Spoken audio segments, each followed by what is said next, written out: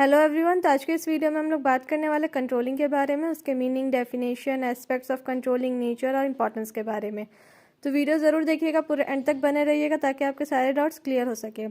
और इसके अलावा मैंने प्लानिंग, ऑर्गेनाइजिंग, स्टाफिंग, डायरेक्टिंग ये सबसे रिलेटेड वीडियोस बना रखा है। तो अगर आप लोगों ने नहीं देखा है तो जाकर के वो वीडियो ज़रूर देखिएगा, लिंक आप लोगों को डिस्क्रिप्शन बॉक्स में मिल जाएगा। तो जाकर के पहले वो वीडियो देखिए, उसके बाद आप लोग ये वीडियो को कंटिन्यू कीजिएगा। तो चलिए स्टार्ट करते हैं कंट्रोलिंग के बारे में कि आखिर कंट्रोलिंग होता क्या है, इसके क्या मीनिंग है। तो कंट्रोलिंग जो होता है ना, वो एक बहुत इंपॉर्टेंट मैनेजरियल फंक्शन होता है किसी भी मैनेजमेंट का। इसका मतलब होता है कि ऑर्गेनाइजेशन का जो गोल होता है, उसके उसको अचीव करने में जो भी नेसेसरी मेजर्स लेना होता है वो लिया जाता है, उसको हम लोग कंट्रोलिंग बोलते हैं। तो controlling function can be defined as the comparison of actual performance with the plan performance. मतलब कि जो एक्चुअल परफॉर्मेंस है और जो हम लोग प्लान किए उसके बीच में क्या डिफरेंस रह जाता है। सपोज कीजिए कि हम लोग प्लान किए थे कि हम लोगों को 1000 यूनिट क्या करना है, प्रोडक्शन करना है, लेकिन एक्चुअली हम लोग कितना कर पाए, 800 यूनिट्स ही कर पाए। तो ये दोनों के जो बीच का गैप है 200 यूनिट्स का, वो क्या करता है, कंट्रोलिंग वो कंपेयर करता है कि आखिर कितना गैप है। और साथ ही साथ ये सिर्फ गैप को ही फाइंड आउट नहीं करता, ये गैप होने का रीज़न क्या है, आखिर 200 यूनिट्स कम क्यों प्रोड्यूस हुए हैं, उसका ये रीज़न भी फाइंड आउट करता है। साथ ही साथ उसके ले करके करेक्टिव मेजर्स भी देता है या कुछ ऐसा एक्शन बताता है जिससे कि फ्यूचर में ऐसी कोई भी गलती ना हो और इजीली क्या हो सके कि ऑर्गेनाइजेशन 1000 जो आउटपुट यूनिट्स प्रोड्यूस करने का जो प्लान आउट परफॉर्मेंस है, प्लान किया हुआ है, वो क्या हो सके, पूरा हो सके। तो इन शॉर्ट हम लोग ये बोल सकते हैं कि कंट्रोलिंग में होता क्या क्या। सबसे पहले तो कंपेयर किया जाता है, कंपेयर करने के बाद फाइंड किया जाता है कि आखिर इसका रीज़न क्या है, रीज़न फॉर सच डेविएशन। और फिर रीज़न पता चल जाता है तो सजेशन देता है, नेसेसरी स्टेप्स बताता है, मेजर्स बताता है जिसके थ्रू कि उसको फुलफिल किया जा सके और फ्यूचर में ऐसा ना हो, इस चीज़ का भी ध्यान रखा जाए। क्लियर इसका मीनिंग। अब बात करते हैं इसके डेफिनेशन के बारे में। Controlling is determining what is being accomplished, that is evaluating the performance and if necessary apply corrective measures so that performance take place according to plans. तो कंट्रोलिंग होता क्या है, मतलब कंट्रोलिंग क्या होता है कि जो चीज़ हम लोग पहले से प्लान किए हैं वो और जो हम लोगों का एक्चुअली निकल के उस दोनों के बीच में क्या है, डिफरेंस कितना है। अगर कोई डिफरेंस है तो आखिर डिफरेंस क्यों है, और उस डिफरेंस को दूर करने के लिए क्या करेक्टिव मेजर्स लिया जा सकता है ताकि क्या हो सके, जो हम लोग का प्लान था उससे एक्चुअल आउटपुट जो है वो मैच कर जाए। जैसे कि हम लोग पहले वाला एग्जांपल लिए थे कि ऐसा 1000 यूनिट क्या था प्रोड्यूस करने का हमारा प्लान था, लेकिन हुआ कितना, 800। तो हम लोग ऐसा क्या मेजर्स ले जिसके थ्रू हम लोग 800 की जगह 1000 गुड्स जो है प्रोड्यूस कर पाए। तो यही होता है बेसिकली कंट्रोलिंग का फंक्शन। तो ये डेफिनेशन दिया गया था टेरी और फ्रैंकलिन के द्वारा। क्लियर है। इसके बाद हम लोग इसके एस्पेक्ट्स के बारे में बात करते हैं, आखिर इसके क्या एस्पेक्ट्स होते हैं। लेकिन उससे जानने से पहले ये जान लीजिए कि कंट्रोलिंग जो होता है वो लास्ट फंक्शन नहीं होता मैनेजमेंट का। कंट्रोलिंग जो होता है एक तरह से कहीं ना कहीं वो क्या करता है, एक लास्ट तो होता है लेकिन वो वापस हम लोगों को प्लानिंग प्रोसेस के पास लेकर के चला जाता है। ये एक ऐसा फंक्शन है जो कि क्या होता है, मैनेजमेंट साइकिल को वापस प्लानिंग तक लेकर के जाता है। इसका जो स्कोप होता है वो बहुत वाइड होता है, क्योंकि क्या करता है, ये कंपेयर करता है एक्चुअल आउटपुट को, एक्चुअल परफॉर्मेंस को, और जो प्लान परफॉर्मेंस है उसके बीच में क्या करता है, वो कंपैरिजन करता है। अब बात करते हैं इसके एस्पेक्ट्स के बारे में। सबसे पहला है स्ट्रेटेजिक कंट्रोल। अब ये क्या है, इसका मतलब होता है कि ये चेक करता है कि क्या इफेक्टिव स्ट्रेटेजीज लिया जा सकता है या कोई ऐसा प्लान बनाया जा सकता है जिसके थ्रू क्या हो सके, जो डेविएशन आ रहा है, जो डिफरेंसेस आ रहा है एक्चुअल आउटपुट में और प्लान्ड आउटपुट के बीच में, उसको दूर करने के लिए। Next operational control. इसका मतलब होता है कि जो फोकस होता है वो किस पे होता है, मैनेजेरियल या कुछ अदर एक्टिविटीज़ पे होता है ऑर्गेनाइजेशन का। जैसे कि मान लीजिए कि कोई मशीन में कोई फॉल्ट आ गया या फिर कोई एक्शन या एक्टिविटी करने में किसी तरह का फॉल्ट आ गया या मिसमैच हो गया, तो उस चीज़ से रिलेटेड जो भी होता है वो ऑपरेशनल के अंतर्गत आता है। इसके बाद नेक्स्ट है नेचर। आखिर कंट्रोलिंग का नेचर क्या होता है। Controlling is a goal oriented function. तो जो कंट्रोलिंग होता है वो क्या होता है, गोल ओरिएंटेड होता है। कंट्रोलिंग फंक्शन का ये काम होता है देखना कि जितने भी एम्प्लॉयज़ हैं या जितने भी लोग कंपनी में काम कर रहे हैं, ऑर्गेनाइजेशन में काम कर रहे हैं, वो लोग जो प्लान है उसको फॉलो कर रहे हैं कि नहीं कर रहे हैं, और साथ ही उसी के अकॉर्डिंग वो अपना काम कर रहे हैं कि नहीं। जो भी प्लान क्या है वो पहले से बनाया जाता है, उसी के अकॉर्डिंग ऑर्गेनाइजेशन में जितने भी लोग हैं उन लोगों को काम करना पड़ता है। तो जो कंट्रोलिंग फंक्शन होता है वो ये चीज़ देखता है कि ऑर्गेनाइजेशन में सारा काम प्लान के अकॉर्डिंग हो रहा है कि नहीं हो रहा है, जिसके थ्रू क्या होगा कि ऑर्गेनाइजेशन का जो गोल है उसको अचीव करने में ईजी हो जाएगा। नेक्स्ट है controlling is all pervasive function. तो जो कंट्रोलिंग है वो सिर्फ टॉप लेवल ऑफ मैनेजमेंट का काम नहीं है, कंट्रोलिंग मिडिल लेवल को भी करना पड़ता है और ऑपरेशनल लेवल को भी परफॉर्म करना पड़ता है। नेक्स्ट है controlling is both forward looking as well as backward looking. तो कंट्रोलिंग बैकवर्ड लुकिंग कैसे? तो कंट्रोलिंग क्या करता है, कंपेयर करता है प्लान परफॉर्मेंस को एक्चुअल परफॉर्मेंस के साथ। तो उसके लिए वो क्या करेगा, जो एक्चुअल परफॉर्मेंस है, एक्चुअल परफॉर्मेंस भी तो कहीं ना कहीं हो चुका है, बैकवर्ड ही जाएगा।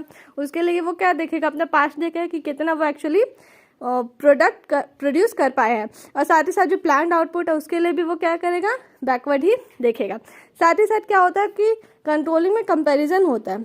कंपैरिजन होने के बाद क्या होता है कि सजेस्टिव मेजर्स दिया जाता है, जिसके थ्रू क्या हो सके कि जो गैप आया, जो डेविएशन आया, उसको फुलफिल किया जा सके। तो ये कब पॉसिबल है, ये पॉसिबल है फ्यूचर को लेकर के, कि हम लोग आगे अगर जाना चाहते हैं, जो आगे का लुकिंग मतलब फॉरवर्ड लुकिंग के लिए ये चीज़ क्या होता है, हेल्पफुल होता है। तो जो कंट्रोलिंग है वो क्या है, कहीं ना कहीं बैकवर्ड लुकिंग है, क्योंकि हम लोग जो एक्चुअल परफॉर्मेंस और प्लान परफॉर्मेंस है उसको देखते हैं, तो वो क्या होगा, बैकवर्ड लुकिंग। और जो हम लोग सजेस्टिव मेजर्स निकालते हैं वो कब के लिए निकालते हैं, वो फ्यूचर के लिए निकालते हैं। जो भी मेजर्स निकालते हैं, जो भी एक्शंस लेते हैं, जो भी करेक्टिव सजेशंस देते हैं, वो क्या करते हैं, फ्यूचर के लिए देते हैं। तो इसीलिए ये फॉरवर्ड लुकिंग हो जाएगा। नेक्स्ट है controlling is a continuous function. तो कंट्रोलिंग ऐसा नहीं है कि सिर्फ वन टाइम जॉब है, ये वन टाइम जॉब बिल्कुल भी नहीं है, ये ऑनगोइंग प्रोसेस है। और जब तक ऑर्गेनाइजेशन सर्वाइव कर रहा है तो उसको कंट्रोलिंग का फंक्शन जो है उसको पूरा करना पड़ेगा। क्लियर है इतना? नेक्स्ट इसके बाद बात करते हैं इसके इंपॉर्टेंस की। तो आखिर कंट्रोलिंग का क्या क्या इंपॉर्टेंस होता है? तो कंट्रोलिंग जो है वो ऑर्गेनाइजेशन का गोल को अचीव करने में बहुत ज़्यादा हेल्प करता है, क्योंकि ये क्या करता है, जो एक्चुअल परफॉर्मेंस है और जो प्लान परफॉर्मेंस है उसके बीच में जो गैप होता है उसको फाइंड करता है, उसके रीज़न फाइंड करता है, और साथ ही साथ क्या करता है, उसको दूर करने का सजेस्टिव मेजर्स भी देता है, जिससे क्या होता है कि ऑर्गेनाइजेशन का गोल को अचीव करने में ईजी हो जाता है। साथ ही साथ ये क्या करता है, जो भी स्टैंडर्ड्स है उसका एक्यूरेसी को जज करता है। कंट्रोलिंग के थ्रू क्या होता है कि हम लोग इजीली जज कर सकते हैं, इजीली देख सकते हैं कि जो भी टारगेट सेट किया गया है वो एक्यूरेट है कि नहीं है, क्योंकि अगर एक्यूरेट कंट्रोल होगा तभी जाकर के हम लोग को पता चल जाएगा कि जो टारगेट या जो स्टैंडर्ड सेट किए गए हैं वो इन्वायरमेंट के चेंजेस को ध्यान में रख करके किया गया है कि नहीं किया गया है। साथ ही साथ इसमें ये भी होता है कि जो भी रिसोर्सेज है उसका एम्प्लॉयज़ क्या एफिशिएंट यूज़ करते हैं, एफिशिएंट यूटिलाइजेशन होता है सारे रिसोर्सेज का। क्योंकि क्या होता है कि जो भी एक्टिविटी एम्प्लॉयज़ परफॉर्म कर रहे हैं उसके ऊपर क्या होता है कि कंट्रोल जो है वो पूरी तरह से गाइड करता है, और साथ ही साथ ये भी ध्यान में रखता है कि जो भी एम्प्लॉयज़ है वो राइट ट्रैक पे जा रहे हैं कि नहीं जा रहे, जिसके थ्रू क्या होता है कि जो रिसोर्सेज है उसका बहुत अच्छी तरह से बहुत इफेक्टिव वे में यूज़ होता है। साथ ही साथ ये क्या करता है कि एम्प्लॉय को मोटिवेशन भी प्रोवाइड करता है। तो अगर इफेक्टिव कंट्रोल सिस्टम होगा तो वो क्या करेगा, जो भी गोल्स और स्टैंडर्ड्स होते हैं वो एम्प्लॉयज़ को या सबऑर्डिनेट्स को एडवांस में बता दिया जाएगा। तो उससे क्या होगा कि एम्प्लॉयज़ को पहले से पता होगा कि उसको क्या करना है, और एक फ्री कम्युनिकेशन और अच्छा मोटिवेशन क्या करेगा कि एम्प्लॉय को अच्छा काम करने में हेल्प करेगा, वो अपना बेटर परफॉर्मेंस दे पाएगा। इसके बाद साथ ही साथ ये क्या करता है कि ऑर्डर और डिसिप्लिन को भी मेंटेन करके रखता है, क्योंकि क्या होता है कि जो भी इफेक्टिव कंट्रोलिंग सिस्टम होता है वो क्या करता है, जितने भी एम्प्लॉयज़ है उसके ऊपर नज़र रखता है, वो ये ध्यान में रखता है कि जितने भी फंक्शंस है ऑर्गेनाइजेशन के वो क्या हो रहे हैं, अच्छी तरह से क्या हो रहा है, उसको फॉलो किया जा रहा है, एफिशिएंटली क्या है उसको फॉलो किया जा रहा है। तो उस चीज़ पे क्या करते हैं, वो नज़र रखते हैं। साथ ही साथ ये भी देखते हैं किसी भी तरह का कोई फ्रॉड या डिसऑनेस्टी तो नहीं किया जा रहा है एम्प्लॉयज़ के द्वारा। इसके बाद है कि ये फैसिलिटेट भी करता है कोऑर्डिनेशन इन एक्शन को। तो जो कंट्रोल फंक्शन है वो क्या करता है, इक्विलिब्रियम मेंटेन करके रखता है मीन्स और एंड के बीच में, मीन्स और एंड के बीच में क्या करता है, इक्विलिब्रियम मेंटेन करके रखता है। वो ये ध्यान में रखता है कि प्रॉपर डायरेक्शन दिया जा रहा है कि नहीं दिया जा रहा है, और साथ ही साथ जो भी फैक्टर्स होते हैं उस पर वो क्या करता है, प्रॉपरली नज़र रखता है। तो जितने भी डिपार्टमेंट्स होते हैं उसको अच्छी तरह से कंट्रोल किया जाता है उसके प्री डिटरमाइंड स्टैंडर्ड्स के अकॉर्डिंग, ताकि क्या हो सके कि यूनिटी ऑफ डायरेक्शन मिल सके और जो भी ऑर्गेनाइजेशन का गोल है उसको पूरा किया जा सके। साथ ही साथ क्या होता है, इसमें एम्प्लॉयज़ का जो परफॉर्मेंस होता है उसको भी क्या होता है, इम्प्रूव करने में हेल्प मिलता है। कंट्रोलिंग जो फंक्शन है वो एम्प्लॉय के परफॉर्मेंस को बढ़ाने में, इम्प्रूव करने में बहुत ज़्यादा हेल्प करता है। तो कंट्रोलिंग में क्या होता है कि एक सेल्फ अप्रेजल रिपोर्ट बनता है। क्या बनता है? Self appraisal report. अब सेल्फ अप्रेजल रिपोर्ट होता क्या है? तो सेल्फ अप्रेजल रिपोर्ट जो होता है वो एम्प्लॉय के द्वारा ही बनाया जाता है उसके खुद के काम को लेकर के। मतलब कि जो भी काम एम्प्लॉय किया है वो उस चीज़ के बारे में, वो अपने अचीवमेंट के बारे में एक रिपोर्ट बना करके रखता है, एक रिपोर्ट तैयार करके रखता है, जहाँ पे वो अपने परफॉर्मेंस के बारे में डिटेल में एक्सप्लेन करता है कि वो क्या क्या काम किया है, कितने टाइम में काम किया है, उसको जो काम दिया गया था उसके कंपैरिजन में वो क्या काम किया है, उसके अकॉर्डिंग जो भी चीज़ है, जो भी उसका अचीवमेंट्स है, वो सारा कुछ उसमें वो मेंटेन करके रखता है। इसके बाद नेक्स्ट यहाँ पे है सेकेंड रिपोर्ट जो कि मेंटेन किया जाता है, वो है performance appraisal report. Performance appraisal report. और ये जो रिपोर्ट है वो किसके द्वारा प्रिपेयर किया जाता है? ये सुपरवाइज़र के द्वारा प्रिपेयर किया जाता है।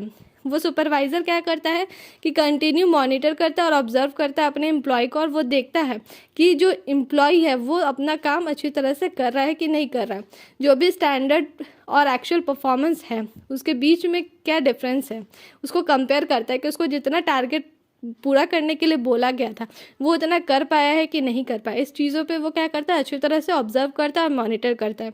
और ये रिपोर्ट क्या करता है? हेल्प करता है उसको प्रमोशन दिलाने में, इंक्रीमेंट दिलाने में, बोनस दिलाने में। अगर एम्प्लॉय का जो रिपोर्ट है वो अच्छा है तब तो वो समझ में आता है कि वो क्या कर रहा है, एफिशिएंटली और इफेक्टिवली काम कर रहा है। अगर उसका रिपोर्ट अच्छा नहीं है तो कहीं ना कहीं वो एफिशिएंटली और इफेक्टिवली काम नहीं कर रहा है। इसके बाद इसका नेक्स्ट एक और इम्पॉर्टेंस है, वो ये है कि जो एरर्स होता है, ऑर्गेनाइजेशन है, एम्प्लॉयज़ काम करे तो कहीं ना कहीं क्या होता है, एरर्स भी बहुत ज़्यादा होता है।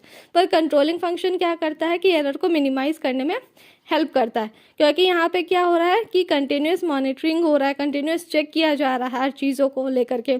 तो इससे क्या होगा कि एरर होने का चांसेस कहीं ना कहीं बहुत कम हो जाएगा। क्लियर है इतना? तो ये देखिए, ये है कुछ importance. Improving employees motivation, ensures order and discipline, facilitates coordination in action, helps in improving the performance, helps in minimizing the errors, helps in achieving organization goal, judging of accuracy of standards, making efficient use of resources. सबसे पहले जानते हैं कि आखिर क्या relation होता है planning और कंट्रोलिंग के बीच में, relationship between planning and controlling. तो क्या क्या रिलेशन है, चलिए उसके बारे में डिटेल में जानते हैं। सबसे पहला है नेचर एंड कॉन्सेप्ट। अगर नेचर एंड कॉन्सेप्ट के बारे में बात करें तो प्लानिंग क्या होता है? प्लानिंग में हम लोग एडवांस में डिसाइड करते हैं what is to be done, how it is to be done, when it is to be done and by whom it is to be done. कब, कौन, कैसे, क्या, ये सब चीज़ हम लोग क्या करते हैं, एडवांस में डिसाइड कर लेते हैं। और ये क्या करता है, it bridges the gap between where we are standing today and where we want to go. मतलब ये क्या करता है, ये गैप को फुलफिल करता है। कौन? प्लानिंग। कंट्रोलिंग क्या करता है? कंट्रोलिंग चेक करता है हर चीज़ पे कि वो प्लान के हिसाब से चल रहा है कि नहीं चल रहा है, और अगर किसी भी तरह का डेविएशन है तो उसको क्या करेगा, दूर करने के लिए प्रिवेंटिव मेजर्स सजेस्ट करेगा उस डेविएशन को स्टॉप करने के लिए। तो इससे हम लोग को क्लियर हो जाता है कि कंट्रोलिंग फंक्शन जो है वो सही और टाइमली होगा, तभी क्या होगा कि जो हमारा जो प्लान है वो क्या होगा, इम्प्लीमेंट हो पाएगा। मतलब जो भी हम लोग प्लान किया अगर उसको इम्प्लीमेंट करना है, इम्प्लीमेंटेशन ऑफ प्लान करना है, तो कंट्रोलिंग फंक्शन क्या है, बहुत ज़्यादा इंपॉर्टेंट हो जाएगा, क्योंकि वो क्या करेगा, हर चीज़ पे नज़र रखेगा कि वो सही से हो रहा है कि नहीं हो रहा है। इसके बाद नेक्स्ट हम लोग बात करते हैं planning and controlling are interdependent and interlink. अब प्लानिंग एंड कंट्रोलिंग कैसे इंटरलिंक्ड है? क्योंकि एक ऐसा फंक्शन होता है ना जो दोनों एक दूसरे पे क्या होता है, डिपेंडेंट होता है। कंट्रोलिंग फंक्शन क्या करता है, कंपेयर करता है एक्चुअल परफॉर्मेंस और प्लान परफॉर्मेंस में। और अगर मान लो कोई प्लान परफॉर्मेंस रहेगा ही नहीं तो कंट्रोलिंग किसको कंपेयर करेगा, किससे कंपेयर करेगा? तो कंट्रोलिंग के लिए तो समझ में आ गया कि प्लानिंग जो है बहुत इंपॉर्टेंट होता है, क्योंकि अगर प्लान परफॉर्मेंस होगा तभी क्या होगा, कंपैरिजन होगा, और तभी हमको पता चलेगा कि जो हम लोग का एक्चुअल आउटपुट है वो सही है या फिर नहीं है। और दूसरी तरफ हम लोग बात करते हैं प्लानिंग के बारे में।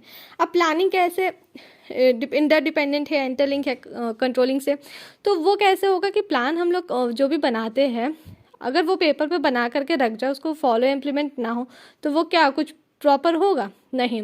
तो प्लानिंग फंक्शन जो होता है वो क्या होता है, कंट्रोलिंग पे डिपेंड करता है, क्योंकि प्लान्स जो है वो सिर्फ पेपर पे बनाने का चीज़ नहीं है उसको फॉलो भी करना ज़रूरी है। तो जो कंट्रोलिंग फंक्शन होता है वो इस चीज़ को देखता है कि जो प्लान बनाया गया है वो स्ट्रिक्टली फॉलो हो रहा है कि नहीं हो रहा है। सिर्फ प्लान बना करके छोड़ना यहाँ पे सही नहीं होता है। तो कंटिन्यूस मॉनिटरिंग और चेक किया जाता है कंट्रोलिंग फंक्शन के द्वारा, जिससे कि थ्रू क्या होता है कि जो प्लान किया गया है वो अच्छी तरह से फॉलो हो जा रहा है। तो इस तरह से हम लोग बोल सकते हैं ये दोनों क्या एक दूसरे से इंटरडिपेंडेंट और इंटरलिंक्ड है।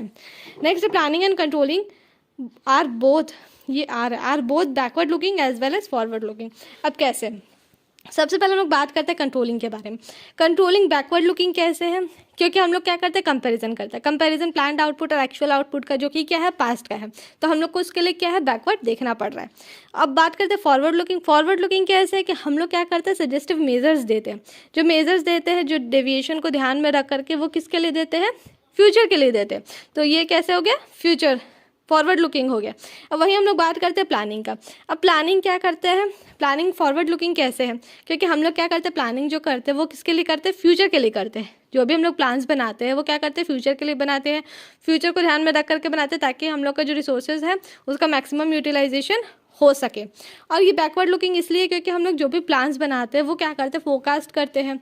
हमारा जो पास्ट एक्सपीरियंस है वो सब चीज़ों को ध्यान में रख करके बनाते हैं। तो इसलिए प्लानिंग क्या है, बैकवर्ड लुकिंग भी है। क्लियर इतना तो समझ में आ गया कि प्लानिंग क्या है। प्लानिंग जो है वो बैकवर्ड और फॉरवर्ड लुकिंग है, और कंट्रोलिंग भी बैकवर्ड और फॉरवर्ड लुकिंग दोनों है। इसके बाद बात करते हैं कंट्रोलिंग प्रोसेस के बारे में। तो आखिर कंट्रोलिंग का प्रोसेस कैसा है? सबसे पहले setting up of standards. Standards का मतलब यहाँ पे होता है टारगेट।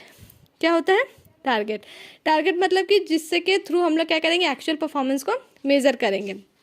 तो जो टारगेट या स्टैंडर्ड होता है वो हम लोग को जनरली ऐसा रखना चाहिए जो कि हमारे ऑर्गेनाइजेशन में रिसोर्सेज और जो भी काम करने वाले जो मेंबर्स है, एम्प्लॉयज़ है, उसको ध्यान में रख करके ही करना चाहिए। ऐसा नहीं होना चाहिए जो हम लोग स्टैंडर्ड सेट किए है वो बहुत ज़्यादा हाई हो जाए जिसको कि अचीव कर पाना इम्पॉसिबल हो। तो टारगेट इस चीज़ को ध्यान में रख करके करना चाहिए कि ऑर्गेनाइजेशन में कितना रिसोर्सेज है, और जहाँ तक पॉसिबल हो जो भी स्टैंडर्ड हम लोग सेट कर रहे हैं वो क्या हो, न्यूमेरिकल फॉर्म में हो, वो क्या हो, न्यूमेरिकल या मेजरेबल टर्म्स में हो। क्लियर है इतना? अब इसके बाद नेक्स्ट है मेजरिंग ऑफ परफॉर्मेंस।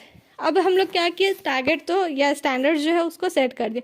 अब मेजरिंग करना हम लोगों को परफॉर्मेंस पे। तो एक बार जैसे स्टैंडर्ड जो है वो सेट हो जाता है तो एम्प्लॉयज़ का उसके बाद क्या होता है कि एक्चुअल परफॉर्मेंस जो किया है एम्प्लॉय, और साथ ही साथ जो भी प्लान्ड परफॉर्मेंस था, प्लान्ड आउटपुट हम लोग जो पहले से प्लान किए हुए थे, उसके बीच में क्या होता है, कंपैरिजन किया जाता है। अब बेसिकली क्या होता है, इसमें दोनों चीज़ों को या दोनों एस्पेक्ट्स को ध्यान में रखना, क्वालिटी को भी और क्वांटिटेटिव फॉर्म को भी दिमाग में रख करके ही क्या करना है, ये डिफ्रेंशिएट या डेविएशन करना है।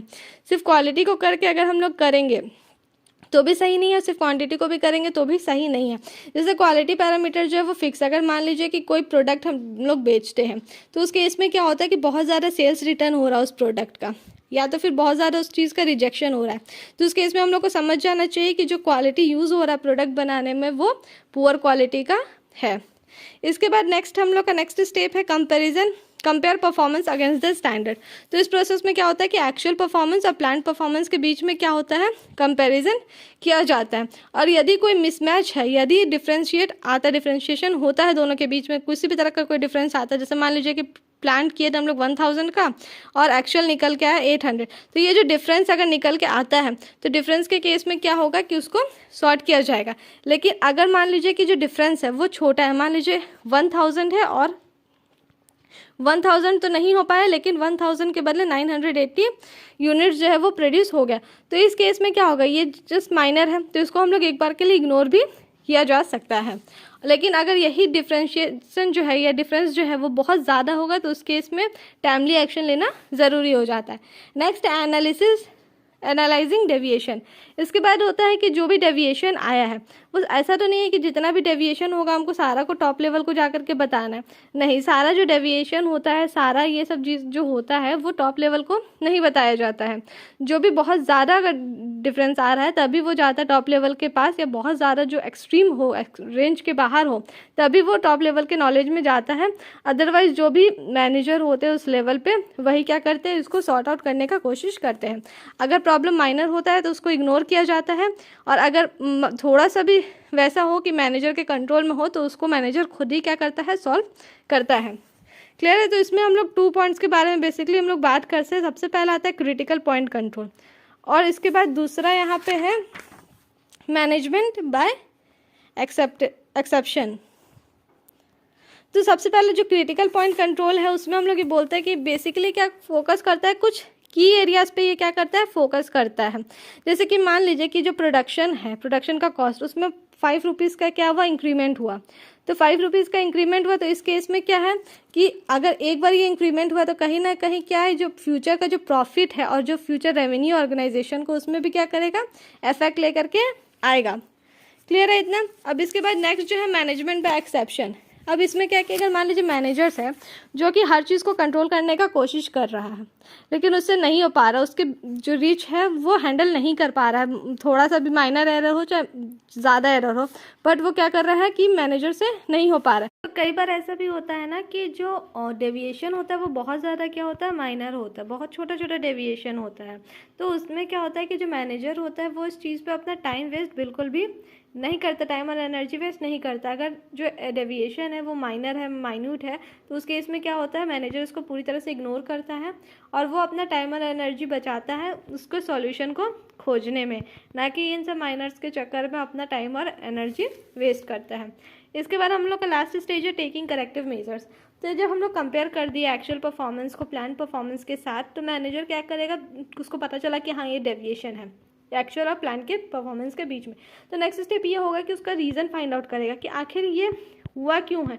तो वो क्या करेगा, रीज़न को फाइंड आउट करेगा और उसके बाद क्या करेगा, उस डेविएशन को रिमूव करेगा ताकि वो डेविएशन क्या हो, फ्यूचर में फिर से अकर ना कर सके। तो क्या करेगा, मैनेजर हर चीज़ को लेकर के आएगा प्लान के अकॉर्डिंग कि कैसे क्या क्या किया गया था। उसके बाद क्या करेगा, सारा चीज़ को क्या करेगा, स्कैन करेगा, देखिएगा कि हाँ ये चीज़ करना था और इसके अकॉर्डिंग ऐसा चीज़ हुआ है, यहाँ पे इस चीज़ का क्या हुआ, शॉर्ट कमिंग्स हुआ है, इस तरह से नहीं होता तो शायद ये जो आउटपुट है वो प्लान के अकॉर्डिंग होता। तो ये सारा चीज़ क्या करेगा, मैनेजर अच्छी तरह से देखेगा और फिर उसी के अकॉर्डिंग क्या करेगा, करेक्टिव मेजर्स लेगा।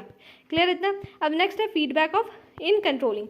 अब फीडबैक क्या है, जो कंट्रोलिंग फंक्शन होता है सिर्फ करेक्टिव एक्शंस जो होता है उसको लेकर के यहाँ पे क्या होता है कि एंड नहीं हो जाता, क्योंकि ये क्या होता है, कंटिन्यूस प्रोसेस होता है। तो सजेशन जो है वो दे दिया, लेकिन उसके बाद क्या होता है, एक फीडबैक रिपोर्ट तैयार किया जाता है। फीडबैक रिपोर्ट में क्या लिखा जाता है, फीडबैक रिपोर्ट में सारा रीजंस लिखा जाता है कि आखिर क्या क्यों हुआ, डेविएशन होने का क्या क्या रीजंस है, वो सब लिखा जाता है कि ओवरऑल वर्किंग जो ऑर्गेनाइजेशंस का उसमें कहाँ पे इनएफिशिएंसी आया है, किस तरह से काम हुआ है और किस तरह से और अच्छा हो सकता है, मतलब सारा कुछ को ओवरऑल क्या करेगा, फीडबैक रिपोर्ट में लिख देगा, जो कि क्या है कि वो एक बेस बनेगा नेक्स्ट ईयर के लिए।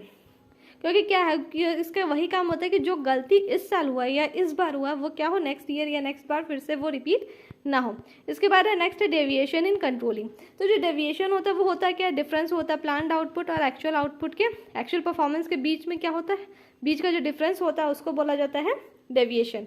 सब डेविएशन दो तरह का होता है, एक पॉजिटिव और एक नेगेटिव। पॉजिटिव क्या होता है, अगर मान लीजिए हम लोग प्लान किए 1000 यूनिट का और एक्चुअली हम लोग किए हैं 1200 यूनिट, कितना किए हैं 1200, तो ये हो जाएगा पॉजिटिव इंटीजर। लेकिन मान लीजिए यही हम लोग 1000 प्लान किए हैं और हमारा जो एक्चुअल है वो 800 हुआ, तो वो हो जाएगा नेगेटिव डेविएशन। क्लियर इतना। तो ये था टोटल कंट्रोलिंग कॉन्सेप्ट। वीडियो कैसा लगा कमेंट करके बताए, किसी भी तरह का डाउट हो तो कमेंट करके ज़रूर पूछेगा। वीडियो को पूरा देखने के लिए थैंक यू।